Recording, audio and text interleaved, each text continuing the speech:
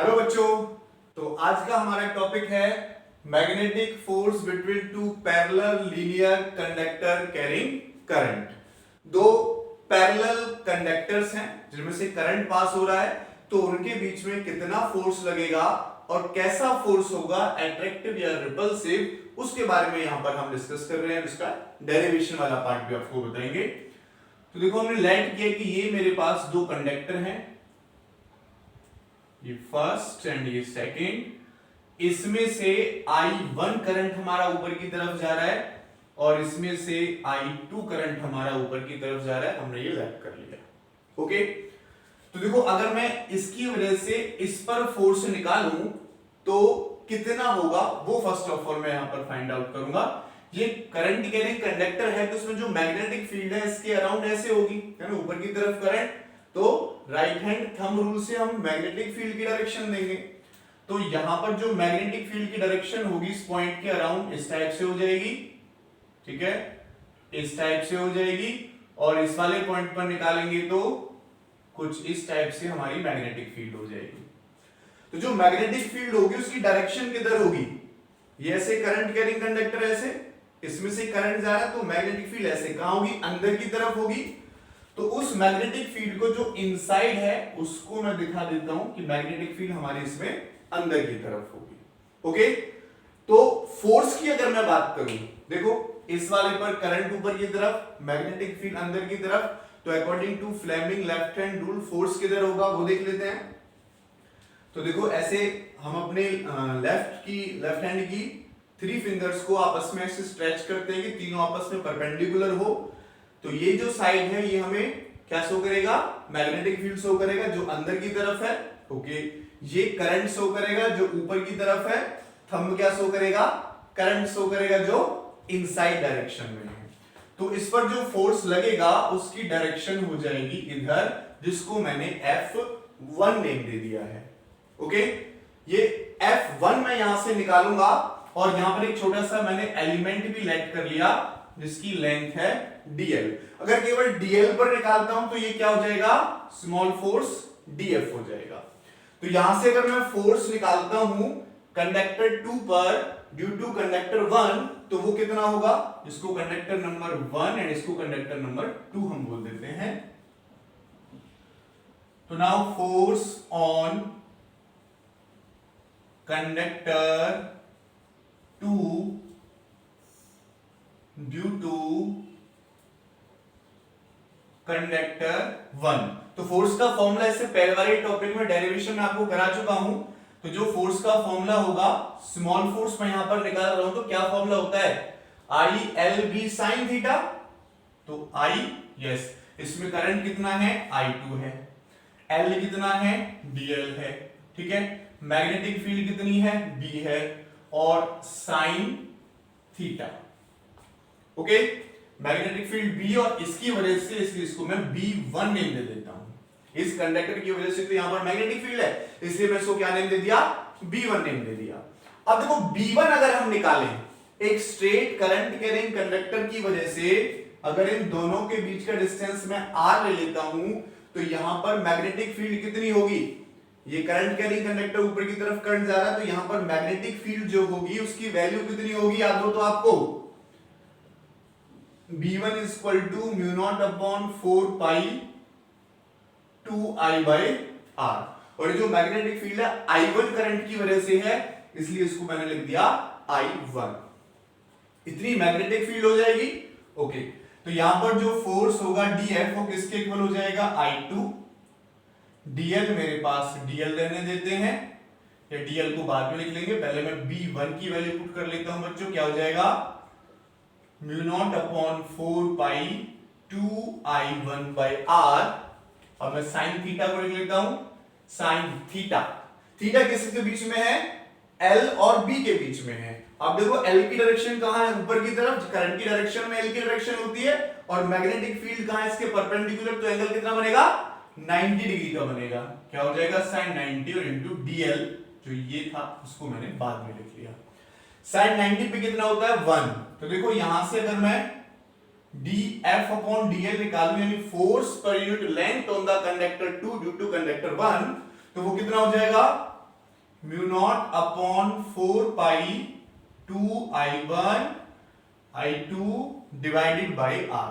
तो ये फोर्स पर यूनिट लेंथ हमारा आ जाएगा कंडक्टर 2 पर कंडक्टर 1 की वजह से। अब रिवर्स कर लेते हैं, यानी अब क्या निकाल रहे हैं हम, force on conductor 1 due to conductor 2। Conductor 1 की वजह से कंडक्टर 2 पर कितना फोर्स लगेगा वो हम यहां पर निकाल चुके हैं, लेकिन अब हम फोर्स ऑन कंडक्टर 1 निकाल रहे हैं ड्यू टू 2। ये 2 इस पे कितना फोर्स लगाएगा, चलो 2 वाला देख लेते हैं। 2 वाले की अगर मैं बात करता हूं तो ये पॉइंट मैंने लिया, ऐसे ही मेरी मैग्नेटिक फील्ड होगी इसके अराउंड, इस पॉइंट के अराउंड, है ना, इस टाइप से, फिर इस टाइप से, और इस वाले पॉइंट पर जो मैग्नेटिक फील्ड होगी वो इस टाइप से हो जाएगी, और डायरेक्शन कहां हो जाएगी, ऐसे हो जाएगी मैग्नेटिक फील्ड, है ना। ये देखो ये मेरे पास कंडक्टर है, तो यहां से मैग्नेटिक फील्ड ऐसे घूम कर आएगी, तो क्या होगी, आउटवर्ड डायरेक्शन में हो जाएगी परपेंडिकुलर। देख लेते हैं, देखो इधर से इस वाले कंडक्टर की बात कर रहा हूं तो करंट ऊपर की तरफ, मैग्नेटिक फील्ड ऐसे घूमेगी ऐसे ऐसे, और देखो इसके परपेंडिकुलर आएगी यहां से। तो ये जो मैग्नेटिक फील्ड B2 मैं इसको नेम दे रहा हूं, जो B2 है वो किसके परपेंडिकुलर है बच्चों, इस कंडक्टर के परपेंडिकुलर है। अब फोर्स की डायरेक्शन देख लेते हैं, चेक करते हैं। तो यहां पर देखो मैग्नेटिक फील्ड किधर है, इधर की तरफ, तो मैग्नेटिक फील्ड शो करता है, करंट कहां है, ऊपर की तरफ है, तो ये करंट शो करता है, ठीक है। और ये फोर्स कहां हो जाएगा, इस डायरेक्शन में हो जाएगा।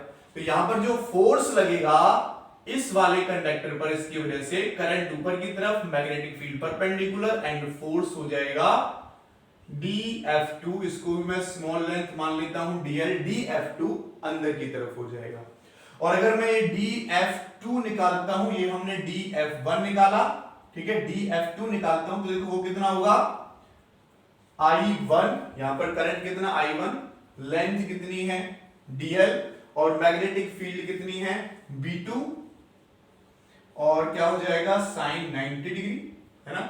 L ऊपर की तरफ, मैग्नेटिक फील्ड इधर, तो एंगल कितना बनेगा, 90 का बनेगा। और देखो ये भी स्ट्रेट कंडक्टर है, ये भी L डिस्टेंस पे, तो B2 भी कितना होगा, जितना B1 होगा। बस फर्क क्या हो जाएगा, अगर मैं B2 निकालूं तो ये I1 की वजह से मैग्नेटिक फील्ड थी यहां पर, और इसकी वजह से I2 की वजह से मैग्नेटिक फील्ड होगी यहां पर। तो B2 क्या लिखूं, mu naught upon 4 pi 2I2 by R। यहां पर वैल्यूज पुट कर दो, क्या होगा, देखो dF2 equal to I1, dl को लास्ट में लिख लेंगे, B2 की वैल्यू मैं पहले पुट कर लेता हूं उधर से। तो देखो B2 की वैल्यू कितनी है, mu naught upon 4 pi 2I2 by R, और sin 90 पे कितना होगा 1, और इनटू लिख लिया मैंने dl। तो यहां से भी अगर मैं dF2 अपॉन dl निकालूं तो देखो वही आ रहा है जो हमारे पास ऊपर आ रहा था, क्या आ रहा है, mu naught upon 4 pi 2I1 I2 by R। तो और देखो अभी हम डिस्कस कर लेते हैं, फोर्स हमारे पास वही आ रहा है, कैसा आ रहा है, अट्रैक्टिव आ रहा है।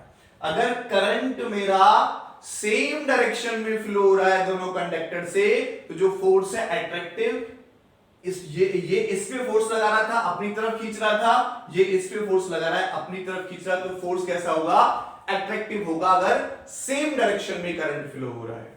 इसके रिवर्स में बिल्कुल देख लेता हूं, अगर करंट मेरा अपोजिट डायरेक्शन में फ्लो हो रहा है तो क्या होगा,